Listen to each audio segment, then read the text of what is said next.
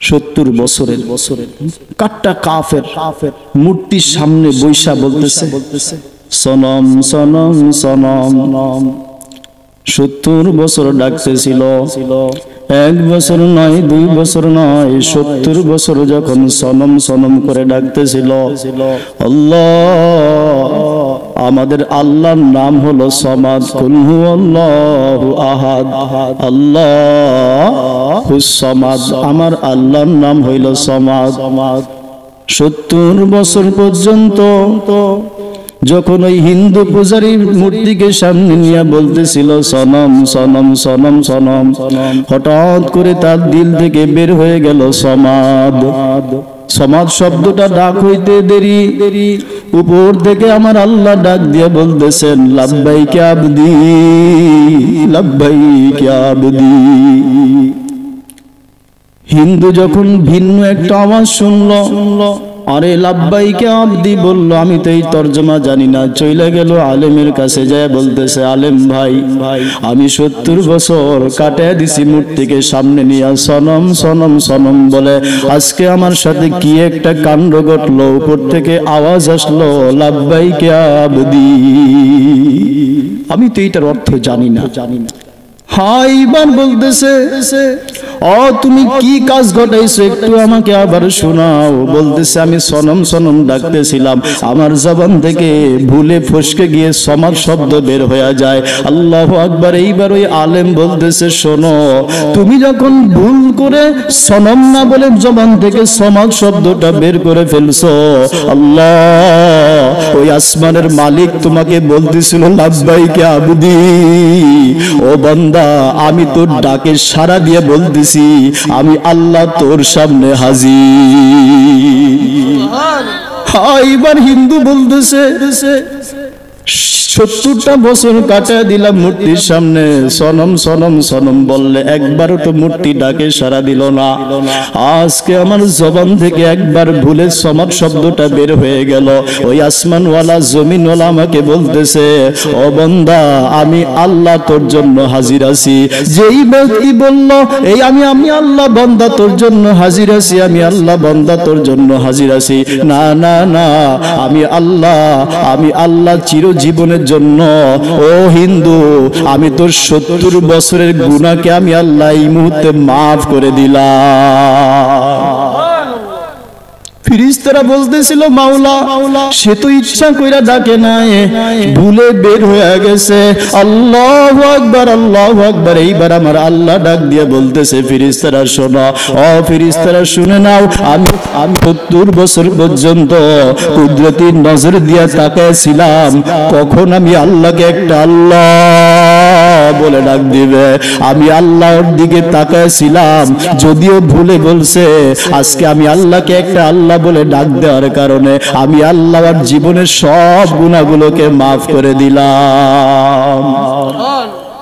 পদ্মা মন্ত্রণালয়ের মা ও বোন, যুবক ভাই, বৃদ্ধ বাবাজি, যে আল্লাহ 70 বছরের গুনাহকে একবার ভুলে ডাকার কারণে মাফ করে দেয়, ওই আল্লাহর জন্য আল্লাহকে ভয় করে যদি চোখের পানিকে ঝরাই, আমার আল্লাহ কি তোমাকে আমাকে মাফ করতে পারে না?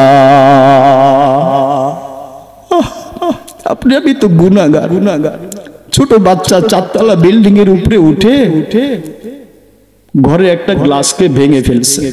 এইবার 4 তলার বাড়ি ছাদে উঠে ভয় পাইতেছে। এইবার বাবা বলতেছে এখন যদি ওকে ডাক দেই, ধমক দেই, হয়তো 4 তলা লাভ থেকে ছাদ থেকে লাভ দিয়ে জীবনটা শেষ হয়ে যায়। সন্তান অপরাধ করছে। বাবা এইবার সুরটাকে পাল্টায় দিয়ে বলতেছে বাবা তুমি বাড়ির ছাদে উঠছে কেন? কবুতর দেখতেছো? বাবার কি মনে নাই ঘরে গ্লাস ভেঙে ফেলছে? মনে নাই আছে। কেন সুরটাকে পাল্টায় দিল? যদি তার সন্তান ছাদ থেকে লাফ দিয়া জীবনটাকে শেষ করে দিল। আমার আল্লাহ রব্বুল আলামিন বলতেছেন তোমরাও গুনাহ করে ফেলছো, আমি আল্লাহ সুরটাকে পাল্টায়া দেই। বলি বান্দা আসো আসো, আমি আল্লাহর দিকে ফিরে আসো। বান্দা গুনাহ করে ফেলছো, অন্যায় করে ফেলছো, পাপ করে ফেলছো, এইবার আমি আল্লাহর কাছে তওবা করো, ইস্তেগফার। ইন্নাল্লাহা ইয়াগফিরুয যুনুবা জামিয়া, আমি আল্লাহর কাছে তওবা করতে দেরি, আমি আল্লাহ তোমার জিন্দেগীর সব গুনাহগুলোকে maaf করতে আর দেরি করব না। কিসের অহংকার, কিসের বাহাদুরি? 6 দিন পরে নখ খসে যাবে, 9 দিন পরে চুল। কবর দিতে দেরি, 6 দিন পরেই নখগুলো খসে যাইতে আর দেরি হয় না। 6 দিন পরে নখ খসে যাবে, 9 দিন পরে চুল। কবর দেশের আমল নিতে কইরো না কেউ ভুল। 17 দিনে পেট ফেটে যাবে, পোকার খাদ্য হবে। 17 দিনে পেট ফেটে যাবে, পোকার খাদ্য হবে। 60 দিন পরে গোশত থাকবে না, কঙ্কাল পড়ে রবে। 90 দিনে হাড়গুলো সব আলাদা হয়ে রয়। কবর জায়গা ভালো নয়, আমল দিয়ে কবরটাকে সাজিয়ে নিতে হয়।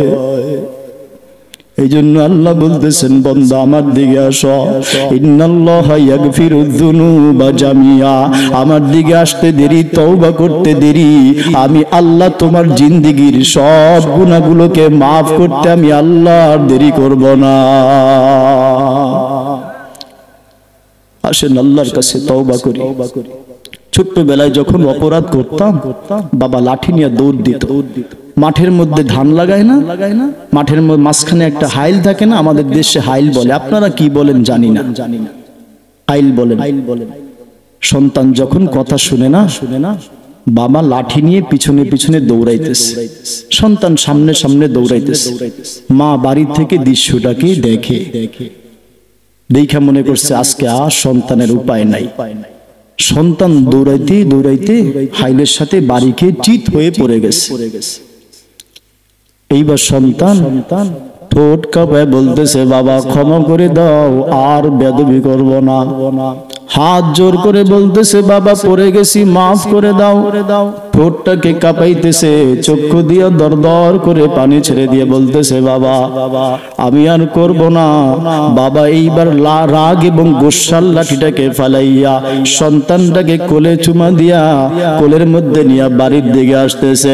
দূর থেকে মা ভাবতেছিল ওর বাবা তো লাঠি নিয়ে দৌড় দিছে, আজকে মনে হয় কাঁধে করে লাশটাকে নিয়ে আসতেছে। মা এই চিন্তা করে বেহুশ হয়ে যায়।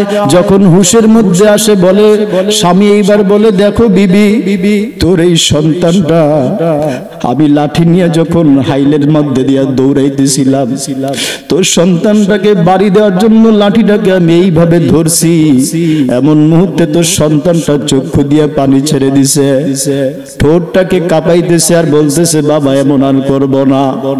আমি বাবা ওর ঘাড়ের গায়ের মধ্যে আর আঘাত করতে পারলাম না। চোখের পানি দেখে হাত কাঁপাইতেছে, ঠোঁট কাঁপাইতেছে, এই জন্য আমি এখন ওকে কোলে কইরা তোর কাছে নিয়ে আসলাম। এমন মুহূর্তের মধ্যে কোনো পাষাণ মানুষও পারে না আঘাত করতে। আল্লাহ রাব্বুল আলামিন বলতেছেন ও দুনিয়ার মানুষ, সন্তান অপরাধ করার পরে এই হাল এই অবস্থা যদি হয়, তুমিও গুনাহ করে ফেলছো, অপরাধ করে ফেলছো। আর যুবক অপরাধ করতে করতে 20 বছর কাটায় ফেলছো। বৃদ্ধ বাবাজি অন্যায় অপরাধ করতে করতে 60 বছর 70 বছর হয়ে গেছে। এখন তুমি আইসা তওবার হাইলের মধ্যে বাড়ি খেয়ে পইরা গেছো। এখন তুমিও আমি আল্লাহর কাছে ঠোঁট কাঁপাইয়া অন্তরটাকে কাঁপাইয়া বলো ও আল্লাহ আমিও গুনাহ করে ফেলছি, অন্যায় করে ফেলছি, অপরাধ করে ফেলছি, আমিও দেখো এখন হাইলের মধ্যে বাড়ি খেয়ে পড়ে গেছি। ও আল্লাহ তুমি আমার জিন্দেগীর গুনাহগুলো মাফ করে দাও না। আল্লাহ বলেন তুই তওবা করতে দেরি, তুই তওবা ইস্তেগফার করতে দেরি, ইন্নাল্লাহা ইয়াগফিরুয যুনুবা জামিয়া, আমি আল্লাহ তোর জিন্দেগীর সব গুনাহগুলোকে মাফ করতে আর দেরি করব না। আল্লাহ তওবা করে, ইস্তেগফার করে কি এমন ভালোবাসা।